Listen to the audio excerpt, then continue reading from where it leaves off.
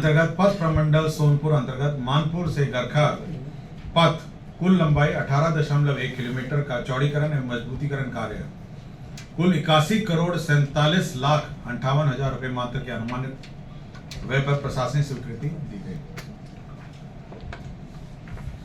पथ निर्माण की ही कॉस्ट शेयरिंग के आधार पर पूर्वी चंपारण जिला अंतर्गत मेहसी चकिया रेलवे स्टेशनों के बीच अवस्थित लेवल क्रॉसिंग संख्या 137 के बदले आरओबी के निर्माण हेतु राजंश की राशि 81 करोड़ 63 लाख 11,000 रुपए मात्र सहित कुल राशि 106 करोड़ 15 लाख 96,000 के अनुमानित लागत पर प्रशासनिक पथ प्रमंडल की एक और योजना थी। पथ प्रमंडल 1 गयाजी अंतर्गत पुरानी बाईपास सुजाता बाईपास के चौड़ीकरण 4 लेन एवं मजबूतीकरण कार्य की स्वीकृति 37 करोड़ 83 लाख रुपए 35,000 में प्रदान की गई।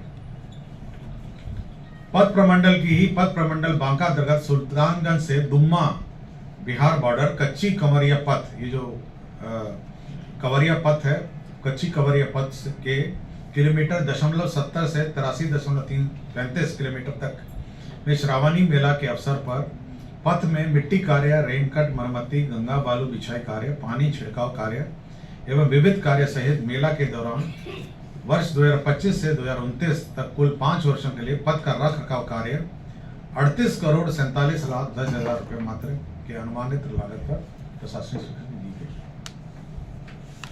पथ निर्माण की ही जमुई जिला अंतर्गत जमुई लखीसराय मुख्य पथ NH18 Hansdiha RK hotel Jamui Malaypur main road घोड़ा अस्पताल गिरीश टॉकीज ITI कॉलेज इन पे NH 333A तक पथ का चौड़ीकरण एवं मजबूतीकरण कार्य स्वीकृत किया गया। भवन निर्माण विभाग की एक योजना स्वीकृत की गई। सेंटर ऑफ एक्सीलेंस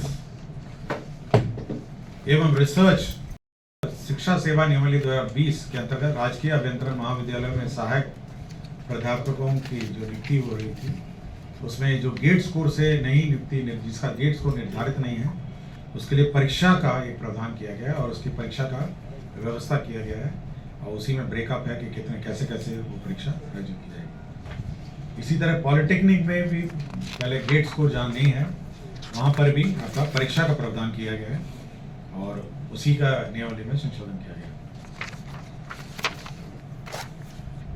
कृषि विभाग में बिहार कृषि अधीनस्थ सेवा कोटि 9 भर्ती प्रोन्नति एवं सेवा शर्त नियमावली 2025 का गठन किया गया है।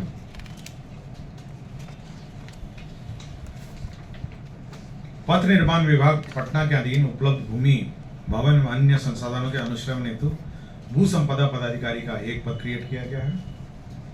राज्यपाल सचिवालय में 2 गाड़ियों वाहन चालकों का पद क्रिएट किया गया है।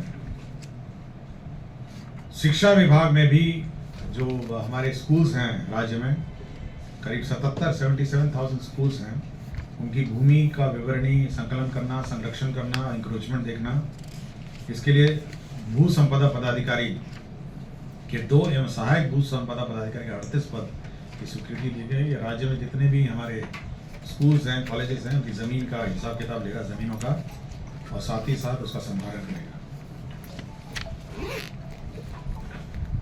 बिहार शिक्षा प्रशासन संवर्ष नियमावली 2025, आपको याद होगा कि पिछले 2 कैबिनेट पूर्व जो शिक्षा विभाग का जो संवर्ग है प्रखंड और प्रखंड से नीचे वाला, उसका सेवा नियमावली स्वीकृत हुआ था, उसी में पद सृजित हुए हैं, जिसमें शिक्षा विकास पदाधिकारी जो प्रखंड स्तर का पद है 568 होंगे और हर पंचायत में, हर 10 पंचायत में एक पदाधिकारी होगा जो सहायक शिक्षा विकास पदाधिकारी, 1503 पद होंगे।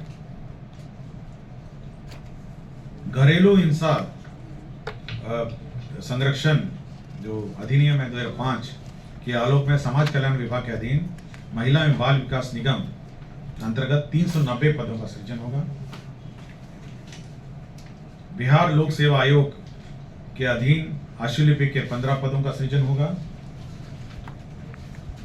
बिहार सहकारी सोसाइटी अधिनियम, जीविका का याद होगा पिछली बार की जीविका के लिए बैंक एक खोला जाने का प्रस्ताव है। अब इसमें इसी सोसाइटी के अंतर्गत 653 पदों का सृजन होगा। नगरीय क्षेत्र हैं उनको जो ग्रामीण क्षेत्र है उसमें मर्ज किया गया। पटना जिला अंतर्गत नगर परिषद दानापुर निजामत का क्षेत्र विस्तार की स्वीकृति दी गई। खगोल नगर परिषद के क्षेत्र विस्तार की स्वीकृति दी गई।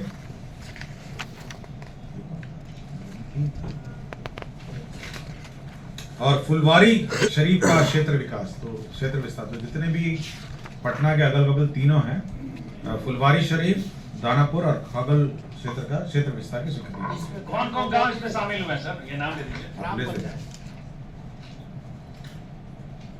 समाज कल्याण में आंगनवाड़ी केंद्रों के माध्यम से जो स्कूलों में बच्चों के लिए जो यूनिफॉर्म के लिए, पोशाक के लिए पैसे मिलते थे डीबीटी के माध्यम से, उसमें परिवर्तन कर दिया गया है।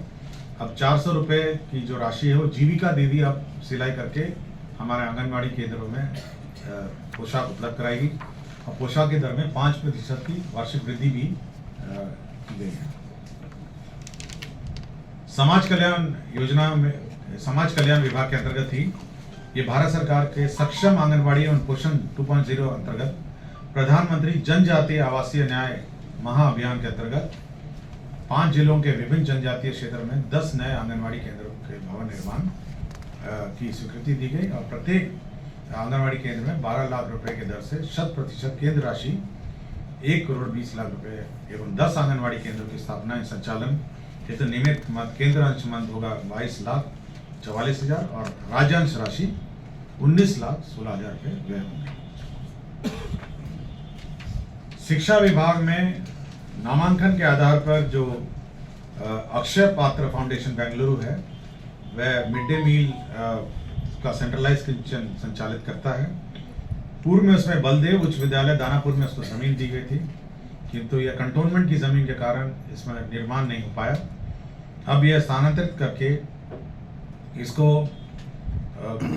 गोपालपुर टांड, उसमें प्राथमिक विद्यालय है, नौबतपुर प्रखंड जिला पटना, उसको 1.5 एकड़ जमीन स्थानांतरित किया गया और उसी में यह निर्माण किया जाएगा।